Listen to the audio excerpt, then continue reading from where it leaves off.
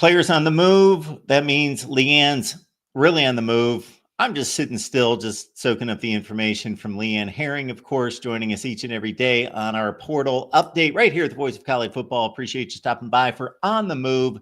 This is our regular update that we go live with recruiting and transfer portal news. And of course, the portal is fired up and still rolling, maybe coming to a bit of a slow standstill, but still plenty to talk about. Leanne, how you doing today? Doing good. Things have finally quieted down at the Alamo Dome. Of course, we've been here for the Navy All-American Bowl, covering some future Rebels over for my other, as director of recruiting over at Rebel Walk, a sensational day. This is, like I said, Mark, this is always one of my favorite times of the season to be able to see some of the top talent from, that you don't get to see come out in one venue and be able to go head to head. So today they split the practice obviously between the East and the West. It was a little bit of chilly. It was a little bit of chilly outside. My hands kind of went numb. I needed those hand warmers on hand earlier today, but then everybody concluded with a nice there was some one-on-ones, of course, between the positions, and then obviously the wrapping things up here just about 30 minutes ago with the 7-on-7s and a lot of promising guys. We'll touch on some of the Michigan guys, and we have a list of some of the Ohio State guys, some of the guys who really started out. But yeah, let's get to the portal because that's what we're here to talk about. Like you said, Mark, things are kind of dwindling down. I'm sure that that's only that in true portal fashion, it's probably just about to pick up. Like I said, as the playoffs, we have two big games coming up. If you watched our Ole Miss live show, of course, Ruby's in there for a big matchup out at the Cotton Bowl. Between Ohio State and Texas, so that's going to be a good one to watch. But again, as those Final Four matches get to wind down, we definitely may see some more portal action. But we found some of our few top guys, probably top four players overall in the board, have found their home. So let's get to it. Yeah, and the first one, speaking of some of the top teams in the country, this was the number one team entering the playoffs. Of course, the only undefeated team in college football, the Oregon Ducks, but they know that they need to continue to build toward the future, losing a ton of talent to the NFL draft. And of course, they were not up to it at the Rose Bowl on New Year's Day, but they are adding to their roster for the future. They are. Tulane running back Mekhi Hughes was one of those prospects as soon as he hit the board, much like many of the running backs who hit the board later in the portal and the winter portal were going to be hot commodities, and there was no different. And like I say, there was a lot of relationships matter in recruiting, and this is one of those things that it definitely seemed that from the jump that while there was a lot of suitors for Mekhi Hughes, that ultimately all the relationships along with his younger brother also headed over to Eugene as well. One of the top players there is heading that way. Mekhi Hughes, it just only made sense for him to become an Oregon Duck. And very productive. Like I said, what you have is another one of those guys that just really jumps off the pages, is going to add a lot to that Oregon run game. Tacario Davis knows what it's like to play in the Pac-12, of course. His last season here in the Big 12 for Arizona, they have matched up in the past against Washington, but now some of those former opponents will be teammates. Yes, no doubt. Tacario Davis, like you said, has been no stranger to the portal. Of course, early on, we knew that he would be a very highly coveted cornerback, obviously. In that situation, there was a lot of rumblings early on. Would he remain at Arizona State? Because initially at the beginning of his recruitment, like we talked much about, there really wasn't going on. So of course, in his previous tenure, he decided he was going to remain in Arizona. But this time, he's definitely on the move, and he has found his home as a Washington Husky. Noah Thomas, of course, is a guy that we've been tracking, and you've really been able, Leanne, to provide some background and some insight into his rise into college football from the high school ranks. And he is staying in the SEC. He is staying in the SEC. Like I said, this is a talented wideout that I've had the opportunity to see develop from high school here out in Texas, all the way obviously to his time in Texas A&M. A really great story in the fact that he did plague injuries, but like you said, was able to end his career at Texas A&M with a nice high note. Definitely being a fixture during that final bowl game for the Aggies. But he is going to be heading, at no surprise, we talked about that he just recently made a visit to Georgia in the last couple days, really went well over with his family.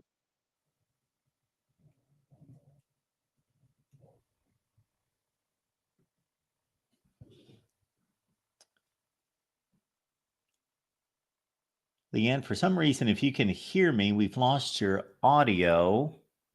I don't know if you can still hear me. Can you still hear me? You can't hear me? Yeah, we cannot hear you. Can everybody hear Leanne? Maybe I'm just not hearing her. Chat, please let us know if you can hear Leanne. Suddenly her audio cut out here. Anybody? Let us know. Guys in the chat, no audio. Thank you. Yeah, for some reason, Leanne, if you can hear me, click out and come back in.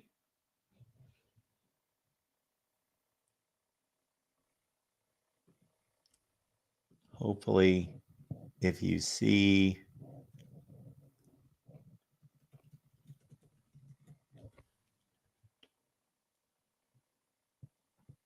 There we go. She got my message. All right. Hang in there, everyone.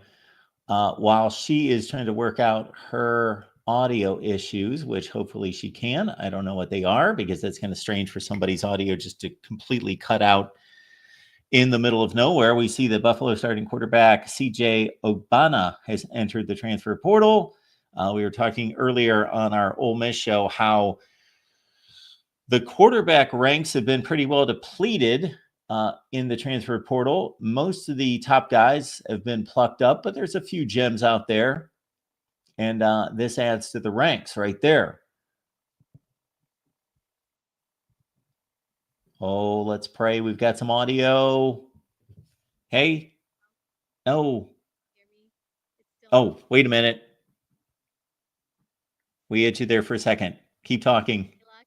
Any luck? Oh, you're really low. Can you hear me? Okay. I can hear you just fine. I could hear. Yeah, it's the Oh, same you're level. coming back. Keep talking. Okay.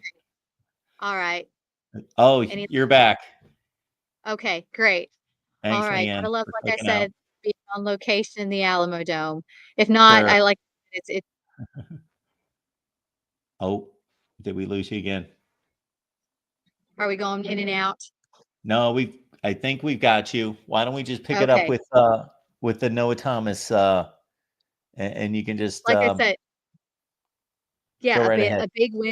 A big win for the Georgia Bulldogs and Kirby Smart adding a talented pass catcher and wide receiver Noah Thomas. Like I said, this is a kid who's been a little bit plagued by injuries, but every time he's hit the field and the turf down in College Station for the Aggies, he definitely is a playmaker with big playmaking ability. Like I said, one of the things that's always stood out to me, aside from his tall frame, is obviously his long pass catch ability. I mean, just how he can, some of the catches that he can make. He definitely is one of those guys that can make those difficult catches. So I think this is going to be a great addition to the wide receiver room down in Athens. Leanne, you did a nice breakdown the other day when we featured Rashul Faison, a guy from Utah State who had a banner year with over 1,000 yards rushing, and he is making his way to the SEC. He is making his way to the SEC. There's a lot of SEC suitors, obviously, that came in and were very much interested, but he just took a visit to South Carolina and Shane Beamer, and it looks like he's going to be joining that crew. So, yes, another big addition for the Gamecocks down in South Carolina to be able to build. And I think that he's going to be, like you said, he had a really productive season. I think he's going to be another great asset for this running back room and Shane Beamer to really open up a lot of areas of that needed improvement for the Gamecocks this season. We've got Leanne Herring reporting from the Alamo Dome. So what she's doing this week as recruiting coordinator there at Rebel Walk, director of recruiting, let me get that straight, at Rebel Walk is reporting on the Navy All-American workouts. The game is coming up on Saturday. And so check out Leanne's work on her Twitter feed all week from the Alamo Dome. All right. Elijah Pritchett, big Alabama recruit a few years ago, and a guy that was an all SEC performer. He's leaving the SEC and heading north.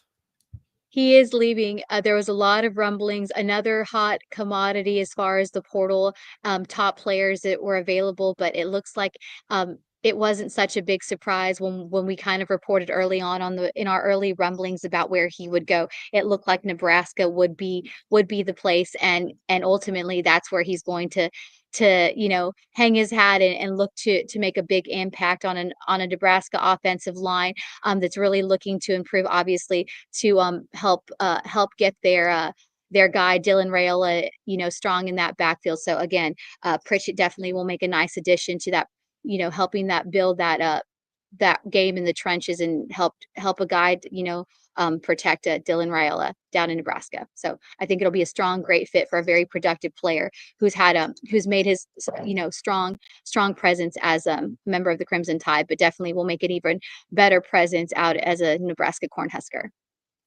Leanne, I keep running through these names, and every time I go through another name, we see another name that we've been talking about for days and days and days, and looked at the numbers, looked at the stats, looked at the recruiting rankings when they came out of high school, and whether they've been productive at the college level or they've been playing deep on the depth chart and not able to break through, and what their story is and what their deal. Jeremiah Alexander, the top rated player, according to 247 Sports in the state of Alabama, top 5 edge rusher when he hit campus in Tuscaloosa, but really just not able to break through on the 2 deep for Alabama. And now he's going to try his talents at an old rival of Bama's that they used to meet in the playoffs quite a bit. Yeah, he's gonna cross over to conference, and he's heading to the ACC and try his luck out there. In the other Death Valley, in Clemson, enjoying Dabo Swinney's crew again. He was as soon as he hit the portal, he was one of the most coveted edges, like you've talked about. Had a very lustrous career. As a high school recruit, was very highly touted. But again, like we've talked a lot about. As we have begun this portal show, Mark, it's been the storyline for many of these highly touted recruits coming out of high school, where they just really haven't found their footing, and haven't had the opportunity to really showcase what they're doing. So it's really nice to see that Jeremiah Alexander, will finally maybe have his opportunity, not just changing to a new venue, but also to a new conference, to be able to help Dabo Swinney and that defensive roster improve, and finally have some time to maybe show and demonstrate what he can really do, and possibly live up to that highly touted resume that he had heading into Tuscaloosa. But now top edge Jeremiah Alexander switching conferences from the SEC to the ACC, heading to make Dabo Swinney smile. Hopefully, we've all talked about Dabo Swinney's love-hate relationship with the portal, but it seems like he's finally going with the flow and making it work for him. So this is a great get for the Clemson Tigers. I think it's finally a love-hate relationship. I think it was a hate-hate relationship for a long time between Dabo and the transfer portal. It was all hate, but he's coming around a little bit. He's He is coming definitely. around. I think he finally probably realizes that in order to keep up with the Joneses and keep competitive at some point, he's going to have to do that. And why not get it in it, like you said, in a top recruit that really hasn't had his opportunity to shine. So I've always seen in these type of cases where you get top athletes coming out of high school, and then they transition. Not really finding their footing, that often when they go to the right fit and the right team that can really allow them to develop, but also bring out their upside, a lot of dangerous things can happen, and this could be a great momentum changer on the defensive side of the ball for the Clemson Tigers. John, Dave's here, the Rod Farva, Nick, a lot of good people in the chat. Appreciate you stopping by here at the Voice of College Thank you, Football. A guys. lot of regulars stopping by. Good to see all of you. And Leanne's constantly on the run. So this is what you guys got to keep in mind, is that we pop up whenever we can do this. So this is our update that we are doing our best to provide for you on a regular basis, these portal updates. Leanne's on the run. So that's why it's important to please subscribe here at the Voice of College Football. Turn on the bell for the notifications, and then you will be notified as to when we go live. All right, now it's time for my favorite part. It's time for the The rumblings. rumblings.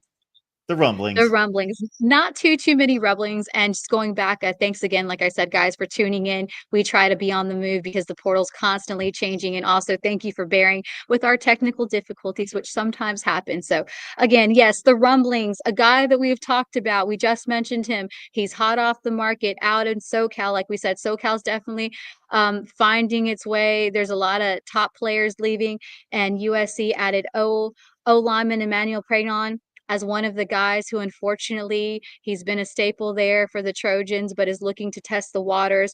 We Colorado native. We talked about Ole Miss, definitely, possibly, trying to entice him to come down to Oxford, and we're hearing that there may be a possible visit in the very soon future. You just never know. We've seen a lot of situations where visits have been made and not made, so it's one of those things. And then we've also heard that Colorado was in the mix as well, and with that, those two haven't changed. But of course, with the popularity of the interior linemen, the offensive line guys being so high in this cycle of the portal, it should be no question that he's definitely going to have a lot more suitors. And we're hearing that Tennessee and definitely the Oregon Ducks are looking to get a visit, and we're hearing that Tennessee and Oregon are in really good shape to get visits here soon. So again, Emmanuel Pregnon, former USC offensive lineman, is definitely on the rise. Again, Ole Miss is definitely trying to address their offensive line issues, and he definitely could be an answer. But what we're hearing right now, that Tennessee and Oregon have the edge to get the visits. So also, folks, this show is not just about the news and the news updates, but we bring you some background based on Leanne's experience of where these players looked, and where their recruiting visits took them, and their offers took them during the recruiting process when they were moving from high school to college. And obviously, I watch a little bit of college football myself, and we track some of these players. So, for example, Matt Zemek, Trojans Wire, and myself did a breakdown on the USC transfer portal situation. 21 losses, 7 gained. And it's not just about the numbers. If you really look at the quality of losses, starting with an Emmanuel Pregnon, with a Miller Moss, with a Jaden Mayava, with their best wide receivers, Kyron Hudson, Zachariah Branch, of course, Zion Branch, and the losses have been significant at USC. We posted a segment on that over on the USC channel. And looking at this next situation, Leanne, this is something that you pointed out a few days ago. Again, it wasn't just about the list of NC State players entering the transfer portal, because everybody's got portal players, but they were just stacked at one position, mostly starters, and then making that connection Leanne did to a coaching situation where the defensive coordinator spot has changed and how that possibly has impacted some decisions at NC State. And here we've got an update on Brandon Sissy. Yep, another NC State corner, one of their top guys. Like we said, there was 4 key guys that they've lost to the secondary. Definitely look who are on the move. Again, we've heard obviously the rumblings of the new defensive coordinator down at North Carolina State. NC State hasn't really been a popular, and could have this been well for whatever reason, like we said, the comings and goings. But nonetheless, it's a tough loss for the Wolfpack. But Brandon Sissy is one of those cornerbacks that's definitely getting hot in the SEC. He's fresh off a visit to Oxford, Ole Miss. Obviously, that Pete Golding is on the move right now. We're definitely seeing a lot more pickup because, of course, coaches are able to visit. They're able to host, not just with transfer recruits, but also with high school recruits. So we see a lot of coaches right now that will be at some of these events, that will be taking in these players, making a lot of visits. But yes, he's definitely going to be a top guy that a lot of people are looking. He's also set to visit some other places, but we're hearing that South Carolina. So the opposite end of the Carolinas, Shane Beamer is definitely looking to hone in. We haven't heard an official word if he will be visiting South Carolina, but that's definitely a school to watch in his recruitment. And another key guy out of the NC State secondary. And in that defensive thing, Tamarcus Cooley, he's a guy that has just, as soon as he hit the market, his phone was ringing off the hook. But he's been really efficient talking about some of the schools that he was in. He was also in Oxford, while Brandon was in Oxford too. So this could be an interesting recruitment. Of course, by no means are these either of these athletes have expressed that they are going as a package, but it also doesn't hurt, especially if you're Pete Golding, looking to add to some top secondary guys who definitely have a relationship on and off the field. That definitely is a big plus in recruitment. So both these guys were in Oxford, but again, a lot of guys are going after Tamarcus Cooley and obviously Brandon as well, but both are fresh off visits to Oxford. So we will definitely keep you updated on those two recruits, because again, not saying that they're going to go as a package, but it could very well be something that some of these universities that are going to go after them might pitch to them. So this will be an interesting one to watch. But again, a big loss and for NC State if this remains true. And we're also hearing that Tamarcus Cooley, there are rumblings, we haven't confirmed, that NC State might be trying to entice some of these guys back, like many of programs are. We've seen it. We've seen a few cases where it's worked, but right now it doesn't appear that the top guys from NC State secondary are looking to head back that way. Jabbar Muhammad, one of the best cover corners in the Pac-12, moved from Washington to Oregon. One of the big reasons why the Ducks were so successful this year. Washington, as Leanne just reported a few minutes ago, have locked in on Arizona corner Tacario Davis. Well, if you got one lockdown corner, you might as well get two and really lock down either side of the field. So Jetfish is hoping to do that, Leanne. Yeah, Thaddeus Dixon, of course, he's another top corner as soon as he hit the portal, coming off from Washington. We're hearing that, of course, UNC Bill Belichick definitely making a push for him, looking to get him over, to Chapel Hill. But of course, the Washington, we're still hearing, is trying to see if they can entice Thaddeus Dixon to stay. So my only question is there room for two top cornerbacks at Washington and Tacario Davis and Thaddeus Dixon?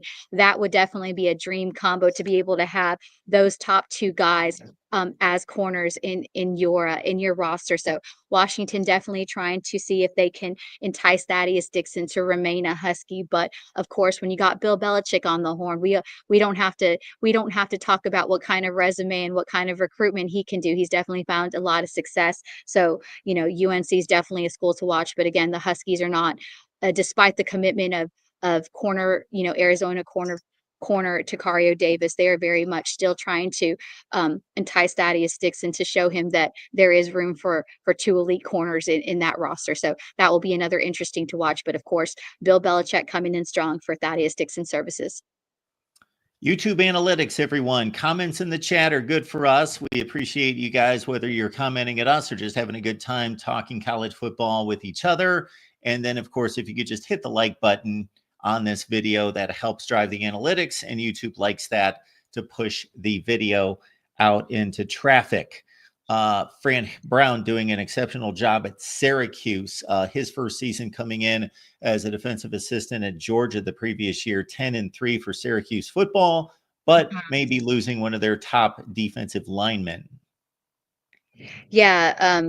Yeah, Hughes is definitely he's become, this is kind of a new fresh story. It was kind of rumblings as I was here today during the Navy All-American. So I've been going back and forth between transfer portal and high school recruits. But yeah, Michael Nuakacha, Q's defensive lineman, has become a top ticket. He's heard from, made some visits to schools like Coastal Carolina. We haven't really heard any big schools. I don't have the list of offers. I had it written down on my notebook, but my notebook's across over there. So, we're hearing, he's hearing for some, some mid-major schools, but I would suspect that, LSU, some other fellow SEC schools, possibly some ACC schools, are going to be looking. Like I said, he's got a lot of upside. I think he can be a very good asset to the depth roster on a defensive line. And I think he would do really good in the trenches. So again, he's going to be an interesting one to watch. Like I said, he just popped in the portal this morning. And as these guys get their papers processed, and as we hear more rumblings, we'll definitely, like you said, Fran Brown has done a great job, building and bringing some really unique talent. I think that this kid will be one of those guys. George, our buddy George, who has commented to the Voice of College Football more than anybody in the history of the channel. That's our guy, Gator George, right there. Absolutely. He has the total. I don't know what that number is. It's like 10,000, probably, maybe more than that, comments to the channel. But George is number one on our list. All right. Leanne here does not have an amazing like green screen with this pretty like stadium shot behind her. I know that a lot of people do that and you think, okay, yeah, that's a nice looking state. No, she is actually at the Alamo Dome covering the Navy All-American practices this week, heading into Saturday when they play the actual Navy All-American game, which you may know a little bit better as the Army All-American game. But the sponsorship changed this year. So it's the Navy All-American game that Leanne has covered how many times? I think this is my 5th or 6th year covering it. So yeah, this, like I said, this is always an exciting time for me. I've had the opportunity and the privilege to be able to go to a lot of stadiums, but I will say I've spent a lot of time in the Alamo Dome, and it's like a comfort. It's kind of interesting. I always enjoy after everything has settled when you get to sit in a quiet stadium like the Alamo Dome and just kind of be able to take in everything to the day. But before we switch gears, I think we overlooked one who was a new guy, and I think that he's someone we definitely want to mention, Mark. Um, it is the former 5-star Georgia edge, Damon Wilson. He's freshly new to the portal. I have not had a chance to watch a lot of his recent film, but coming out of high school, like I said, former 5-star, one of the top guys. You know, coming in, and he's definitely going to be someone that a lot of people are going to be looking at. And the one to watch is none other than Ohio State. He definitely would be a compliment, obviously, after they are losing their 2 top rushers in Jack Sawyer and JT Tumalu. You can probably pronounce that better. Wow. Just To call him JTT. Just everybody calls him Yeah, that's perfect. JTT. JTT. If you're Ohio State fans, you know exactly who I'm talking about. So, Georgia edge Damon Wilson is on the move, on the market. Like I said, former 5-star, really elite player on the defensive side of the ball. Ohio State definitely is coming in strong. They don't have too bad a stage, to kind of set the tone of enticing someone like Damon Wilson. Like we said, he definitely would be very welcome as a Buckeye after they're losing their 2 top pass rushers in Jack Sawyer and, as Mark says, JTT. So that will be an exciting recruitment to watch, and we look forward to bringing you more on some of the fresh new guys and faces. Like I said, it's kind of slowed down. I think I mentioned on our show that yesterday or maybe the day before, that it's kind of slowing down as the everyone's season coming to an end, but it doesn't mean that it's slowing down as far as kids going in. It's just we got to allot that time for processing all the admin stuff. But I believe it was 50 players Sunday committed. So, it doesn't seem like a big number, but when you think about it, like I said, most of the guys that we talked about this morning, Mark, or earlier, are most of the guys that we've been talking for a while, who surprisingly recruitment lasted more than 24 to 36 hours. So it was, like I said, slowing down, but again, we should hear a lot more as the playoffs, and we get closer to the championships. I are going to have a lot more guys entering the portal, and obviously they will have 5 days to process, and then a lot will be going on, a lot of moving and shifting. But again, a lot of the bigger names, we're having a little bit more slim picking. So we expect that this will kind of be the downward cycle as far as where you're going to go. We see a lot of teams really use the winter portal cycle is where they get their really build their roster. But again, don't leave out the spring element, because a lot of times that will be used to fill the void and still try to get some of your players, because we talked about a lot of teams, especially ones that are still on the hunt for that natty, that are still looking to refine and kind of get their roster ready, to still be able to make a run in the next season. Damon Wilson, 6 tackles for loss and 3 sacks at Georgia this past season. And again, Ohio State might be his landing spot. And when Leanne says that we missed our note on Damon Wilson, that's Leanne being a team player. I missed. I went right by him on the list. So that's Leanne covering for me. So that's a good team player right there, making it look like we both screwed up. No, that was me, everyone.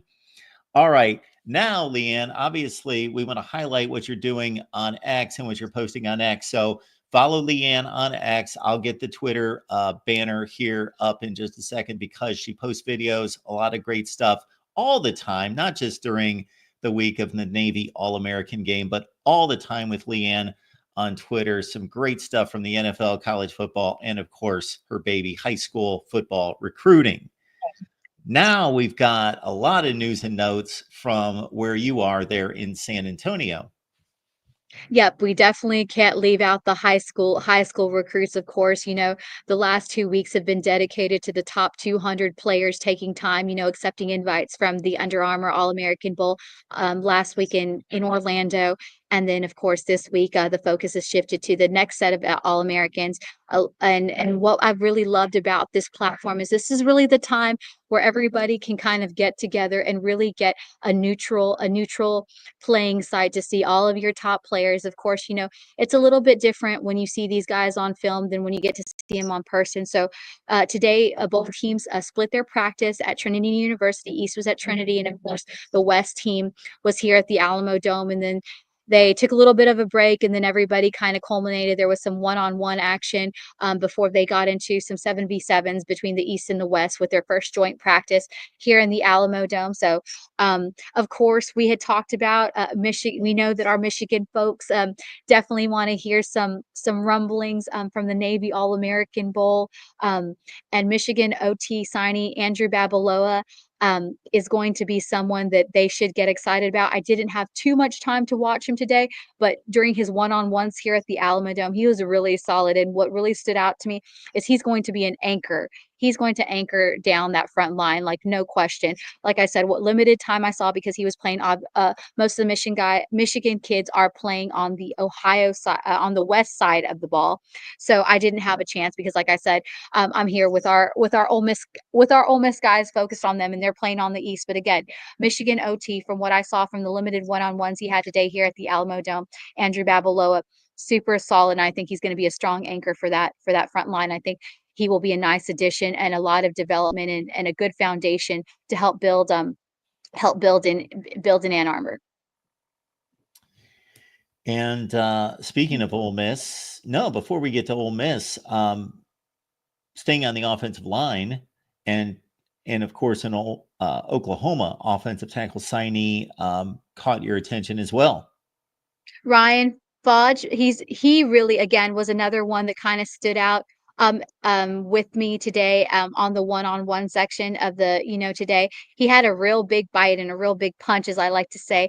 He's great when it comes to the attack. I mean, when he hones in, he knows what he's going for, and he's going to wrap it around, and like I said, and he's got exceptionally strong hands. So again, Oklahoma in good hands with their future signee and Ryan Fudge. Like I said, he's got a bite and a punch, and he really is good at just honing in and knowing how to attack the incoming defenders. And I think he's going to be a solid piece in that depth chart for Oklahoma. And of course, as you mentioned, you are locked in on the two Ole Miss prospects who are making their way to Oxford eventually, but showing out for coaches and scouts this week. And Winnie Watkins is one of those at wide receiver.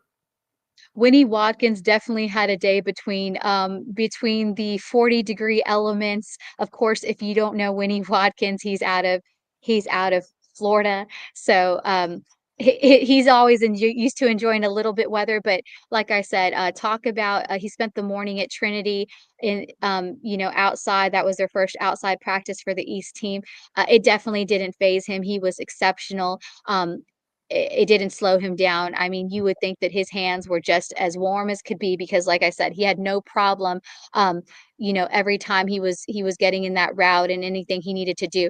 And it was, and he, despite his size, like I said, he's one of those guys that he doesn't have your typical wide receiver frame, but he sure makes up with it with his strong play catching ability. Like I said, he's just sure explosive when he hits the ground, and they even use him for some blocking. And like I said, he's really physical. He's going to be a great playmaker. But again, his speed and playmaking ability, he's really had a strong day, and really stood out today. Anytime that he was put in motion, he had no problem, like I said, capitalizing. And like I said, he's going to be exciting to watch, going into this next season, to see where, how he builds and where he fits in that Lane Kiffin offense. But again, we all know how Lane Kiffin loves his explosiveness, and Winnie Watkins definitely will be making his way up that depth chart, coming in as a freshman this next season. I did not realize it until I posted a couple responses in the chat to some people that we are also simulcasting on the recruiting channel. So a shout out to our content manager, Chris. Thank you so much, Chris. You connected us. We were having issues with that last night. Chris took care of it, got our show connected. I didn't even know it was connected. That means we are up and running on our recruiting channel. So we will be dropping that link all over the place because we have so much in store for all of you recruiting junkies, nerds, all of you. Leanne is at the top of the list, so she loves you. And we will have so much recruiting content led by Leanne and others to bring you on a regular basis. So we got a recruiting channel right here, The Voice of College Football. It is now up and running. Good stuff. What was not good this year, Leanne, was the Georgia wide receiver core. Very surprising, not due to a lack of recruiting. Obviously, it was loaded with 5 stars, but they led the nation in dropped passes. Now, this guy may be a while before he has any impact, but still, Sydney Taylor is one to watch. Yeah, that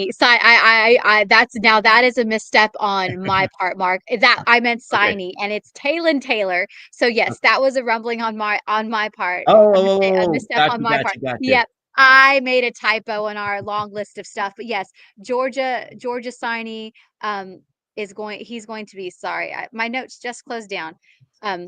Georgia Signy, wide receiver, Taylon Taylor, he has become a favorite target today, for all who have been in, all the QBs have been, in that backfield. He's definitely been a big playmaker today. I didn't get any film today, just kind of watched him, like I said, because focusing on our Rebels. But of course, you can't let the top talent slid by, especially when we're talking about recruiting. So again, like you said, Georgia definitely had some difficulties this season in the wide receiver kind of getting a click, but from, like we talked about, the addition from Noah Thompson from the transfer portal, and some of the other guys coming up offensively in the high school realm. 2 guys that I've talked a lot about from Milton, coming off a state championship.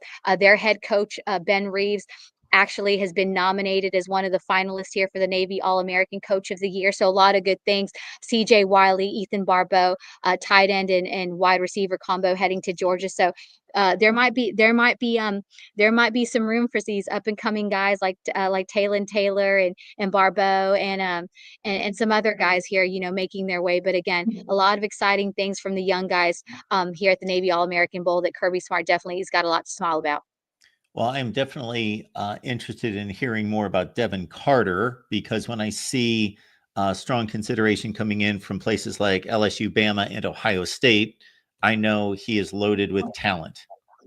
This is the dynamic duo. I haven't said much about him, but you definitely have heard me talk about a Texas A&M commit, Aaron Gregory, also out of the 2026 class.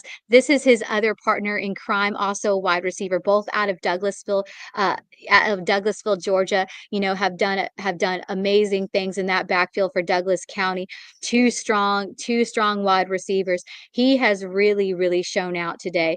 And it should be no surprise with, like I said, Aaron Gregory, Devin Carter.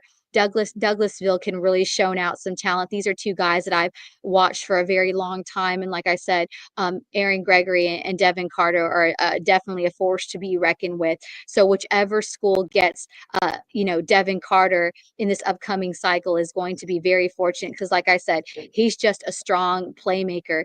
He's extremely physical, extremely tough, just meticulous when it comes in. He's got that great internal radar that I like to say separates him. He just, anytime he just knows how to hone in. And even when I've seen him make some difficult catches today, he's just always trying to find a way to get that ball in his hands and secure it. And like I said, very physical, strong playmaker with a great confidence, a ton of upside. Some of the schools early to watch for him in his recruitment, LSU, Bama, and Ohio State. So any one of those guys definitely looking, and rightfully so, talented pass catcher Devin Carter out of Douglas County in Douglasville, Georgia, definitely is got a strong and bright future ahead and has definitely shown it here at the Navy All-American. If I'm going to give a shout out to George, who has made more comments to our channel than anyone by far, then I got to give a shout out to Cheryl, because Cheryl has been a subscriber here longer than anybody who is still a subscriber or that we hear from on a regular basis. So Cheryl, good to see you. All right. How many quarterbacks, not trying to put you on the spot in regards to how many guys are exactly on the roster, but roughly how many quarterbacks are on each side, East and West? So 4? East and West, about 4. We have 2 2025s, 2 2026s. And then I have to double check the roster. Like I said, I've been watching Antoine Hill, Ty Hawkins. And of course, the one that I mentioned too, that I was excited to see. He's really had some good, strong throws. He hasn't got a lot of publicity per se. 26 quarterback, obviously Houston commit out of Legacy Sports Science School in the Houston area, also here making a great presence. He's one of those unique playmakers, really looking to take his stance and show the world why he should be a QB. He's played multiple positions and excelled at all of them. He's really still one. Like I said, he hasn't got a lot of buzz. He's made some strong plays and everything, but as far as 2026 guys at the QB position, Bo Bentley has been the guy that everybody's been talking about, and rightfully so. He's had a really strong showing, at this whole time. He's probably familiar if you are a Texas high school football fan. He's been holding it down as the quarterback for Selena here in Texas, who's coming off a state championship. So he's definitely been coming off a heck of a year, and it continues here at the Navy All-American Bowl. He's going to be a really promising quarterback to watch. Like I said, extremely accurate. And I think that he's going to have a bright future ahead. But again, while Bentley's been getting all the looks and all the hype, I definitely think that Houston commit Keyshawn Henderson definitely is going to have a very, very bright future at the quarterback position. I really think what makes him unique is when you get a player that can play both ways and has succeeded in multiple positions and can do great things at multiple positions, and then finally kind of found where he's comfortable and what he's enjoyed. I think that really separates him, and I think we're going to see a lot from him. Like I said, when Houston was able to land him, in this 2026 cycle, that was a huge win for Willie Fritz. Definitely looking to rebuild his roster. But again, as much as we've heard about Selena quarterback, Bowie Bentley, as I like to say, the 26 quarterbacks, definitely there's a lot of promise there. So those have been exciting guys to watch.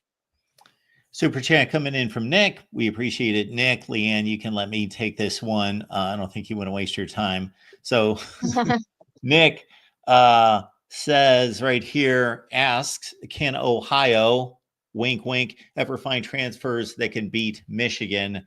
It's always my thought, Nick, that Ohio has been running one of the best programs in the MAC, but Ohio University, I don't think they can quite put together the type of NIL to bring in the kind of transfers to deal with Michigan. So there you go. All right. Leanne, if we go to the merchandise route and go with some apparel, I think the first slogan we go with was stand on business. I think we go with that. I like that one. That's one of your go-tos. And apparently Darius Gray standing on business.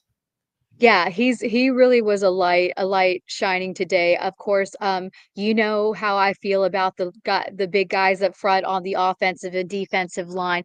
They don't get enough credit for all that they have to do. You can have an elite quarterback, you can have an elite receiving core full of 4 and 5 stars. But again, you've got to stand on business, and it's got to be one with the trenches. And today, Darius Gray on the one-on-ones, he's out of St. Christopher School in Virginia. He had no problem today standing on business. He's going to make some school very, very happy. I think that he's got a lot of upside. And for his frame, he's really good. He has no problem anchoring the bull rush, as we like to say, if you want to get technical. And again, for his size, he's got really great fluidity when he moves, and he's got great feet. That's one of the other things that I look at. You can have a really fast guy at any position. But if their footwork and their feet aren't on point, that's definitely a problem. But again, interior lineman out of Virginia from St. Christopher's, Darius Gray, definitely was a standout today, stood on business in those one-on-ones, and I think he's going to be a really interesting prospect to watch. I think he would be a great fit in an SEC school. Like I said, when you saw him today, and remember, on these 101s, you can only get so much for them. It's still not like a game time situation. But again, he had no problem anchoring down that bull rush. And again, he's just really fluid in his motion and his footwork as a lineman for his size. So I think he's definitely one to watch for those programs looking at a top 26 interior lineman. Darius Gray definitely is the guy to be watching in this cycle. At Leanne Herring RW is the place to find Leanne on X. And again, you get all sorts of great recruiting updates in addition to some NFL picks and a lot of Ole Miss on the college football front. So, Leanne, what does the rest of the week look like in regards to anything special moving through the rest of the week in San Antonio towards Saturday? Well, next week, like I said, it's just going to be tomorrow. Of course, we'll wrap up the longer practices. They both will be split again, but everything will be at the Alamo Dome. We're supposed to get some rainy weather out here, so Trinity will not be an option for the teams. East was going to be practicing out there, but they will be not practicing in the elements, even though that probably be an exciting show. But don't want any sick young high school boys, especially heading off to college into their last game of their high school career. So everything will be moving to the Alamo Dome. They will be having separate practices. East will be kicking things off. They'll have an early day, probably going for about 2 hours, and then the West will come in. So we get to watch both practices, and I'll definitely have some more updates on our guys on the West team, which is a lot of our Michigan, Ohio State commits. Obviously, Texas A&M is leading the way here. They have the most All-Americans and commits from 2025 and 2026. Of course, we mentioned Mark here. This is something new to both the All-American Bowls, the Under Armour and Navy this year, that they've also included the incoming rising seniors. So again, that's a great evaluation. This has been a great couple days. We're in day 2, but definitely a lot going on. So that'll pretty much be Thursday. We'll be able to, with the separate practices, definitely get in. Of course, obviously, I'll be focusing on the Ole Miss crew, but I'll get a chance to look a little bit more at Keyshawn Henderson, obviously QBing for the West, and some other big guys were coming out there. And then what I'm really excited about, always on Friday, there'll be some short practices. I'll be making an appearance there, but my focus really is going to be on the National Combine. This is one of my favorite events coming in every year, because this is where you get 2026s, 2027s, 2028s coming in. All positions coming in from all across the country here to the Alamo City to try to showcase their talents. It's really a fun, full day. It starts really early in the morning. They'll have 2 cycles of teams come in, and I'm so really excited to be able to find some new playmakers that we can definitely talk about. Not just for Ole Miss, but obviously, Ohio State, Michigan. So make sure you guys definitely tune in Friday, because that's going to be a big show where like I said, we'll get to see some of the different prospects, up and coming that are always really exciting to watch. It's always fun when you get to watch, obviously, the guys that you hear all about, the 4 and 5 stars from the other classes outside, the rising seniors and the outgoing seniors.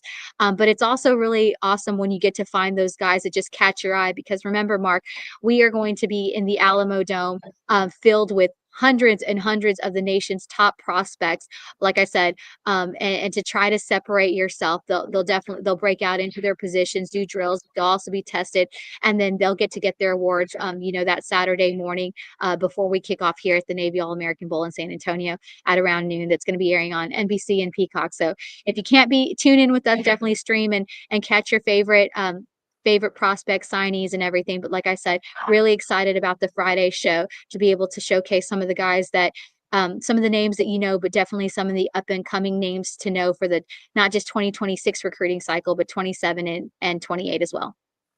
All right, everyone, be locked in for our next portal update. They're on the move. Therefore, we're on the move, and you can be on the move with us right here on our portal update on the move. Please subscribe and hit that bell for the notifications to know when we go live. Leanne, good to see you, and we'll be looking forward to the next update.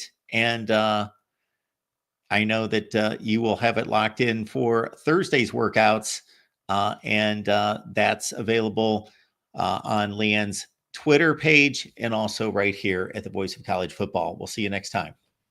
Thanks, guys, for joining us.